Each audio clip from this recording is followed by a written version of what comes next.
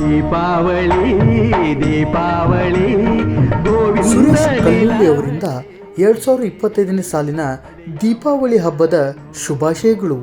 ಈ ಪವಿತ್ರ ದೀಪಾವಳಿ ಹಬ್ಬದ ಈ ಶುಭ ಸಂದರ್ಭದಲ್ಲಿ ತಮ್ಮ ಪ್ರೀತಿ ಪಾತ್ರರ ಬಂಧು ಮಿತ್ರರಿಗೂ ಸಮಾಜದ ಎಲ್ಲ ವರ್ಗದ ಜನತೆಗೆ ಉತ್ತಮವಾದಂಥ ಆರೋಗ್ಯ, ಐಶ್ವರ್ಯ ಹಾಗೂ ಸಂಪತ್ತು ಲಭಿಸಲೆಂದು ತಾಯಿ ಮಹಾಲಕ್ಷ್ಮಿ ದಿವ್ಯ ಆಶೀರ್ವಾದ ಇರಲಿ ಎಂದು ಹಾರೈಸುತ್ತೇನೆ.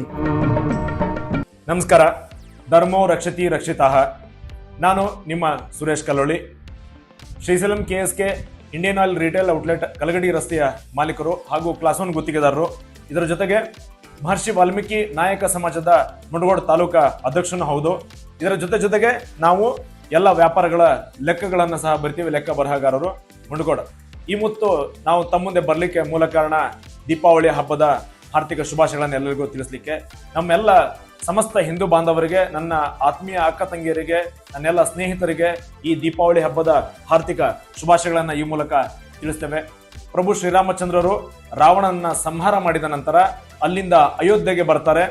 ಅಯೋಧ್ಯೆಗೆ ಬಂದು ಅವರು ಅಯೋಧ್ಯೆಗೆ ಬರುವ ಸಂತಸದ ಕ್ಷಣವಾಗಿ ಇಡೀ ಅಯೋಧ್ಯೆಯ ಜನ ದೀಪಗಳನ್ನು ಬೆಳಗುವುದರ ಮೂಲಕ ಈ ಹರ್ಷೋದ್ಗಾರವನ್ನ, ಈ ಹರ್ಷವನ್ನ ವ್ಯಕ್ತಪಡಿಸ್ತಾರೆ.